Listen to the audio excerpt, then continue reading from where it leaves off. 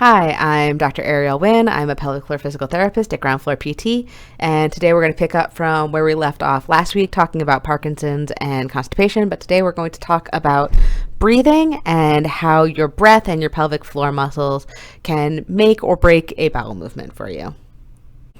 So your pelvic floor muscles and your breathing muscles work together kind of like a piston. So as the diaphragm comes down, the pelvic floor muscles also relax and come down. And as you breathe out, the diaphragm lifts and the pelvic floor muscles generally also lift.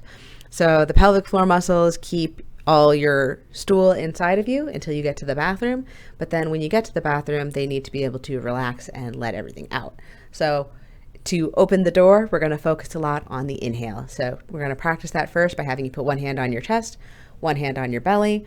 And I want to make sure that the hand on your chest isn't moving as much as the hand on your belly. So just lean back in your chair and take a big breath in. And then let it out nice and passively. So you'll see that my belly button lifts up. My chest stays relatively stable. Let's go one more time. Good. And so that's the first part of having a bowel movement. And we're going to use our breath to help us have that bowel movement. So first you need to breathe in and open the door. And then you need to start the motor. So you need to have your abdominals and your exhale helping you to bear down and to have a good bowel movement. Now, the thing I see a lot of people do wrong is they go, and so they're holding their breath and they're pushing down. That puts a lot of stress into the pelvic floor. That doesn't necessarily help you have a good bowel movement. So what I want you to do instead is, instead of making sounds, I want you to make ha sounds.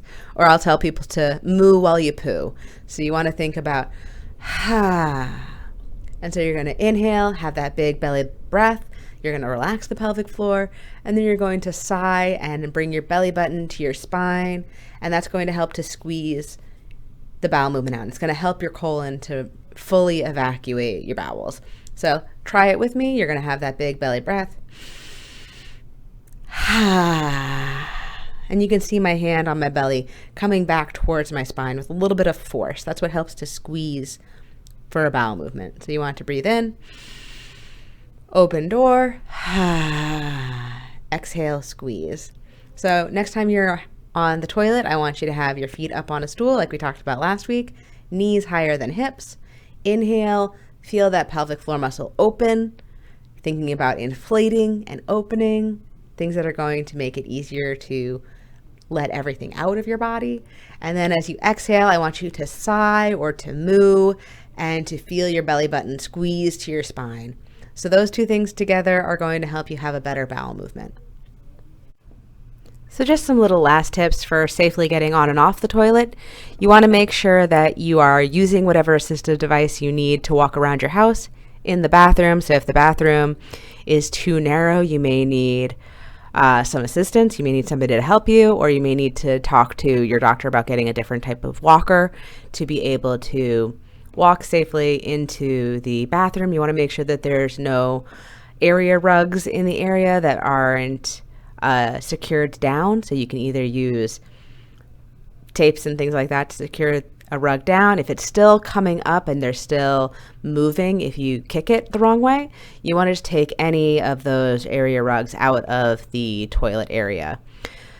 Lastly, I don't really enjoy the squatty potty for my patients with Parkinson's, just because it does kind of jut out from the toilet and it kind of makes a bit of a tripping hazard. My actual preference is a folding stool, because you can fold it and put it between the toilet and the wall, and then you can just take it out, or you can have somebody help you take it out when you're going to have a bowel movement, so that way it's not in the way. You can sit down and stand up without tripping over it, and it's still going to be able to help you get the knees higher than the hips during a bowel movement. And the last thing is, if you are sitting down or standing up, you want to make sure that you have hand support. So if you have railings in your bathroom, all the better. But if not, just make sure that you're using either a nearby counter or the side of a tub, something that you can securely push off on, and as you're sitting down, reach back for. So you want to make sure that you're not coming in sideways to the toilet, because you might slip off, and you want to make sure that you're reaching back and slowly lowering yourself so that you're not plopping onto the toilet. All those things are going to make it safer during those transfers. You can always talk to a physical therapist if you're having trouble getting in and out of chairs or on and off the toilet. They'll be able to help you specifically with strengthening.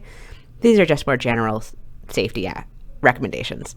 So hopefully that all helps. You can email me with any questions, and I do my frequently asked questions live class on Fridays at 12:30 Central Time.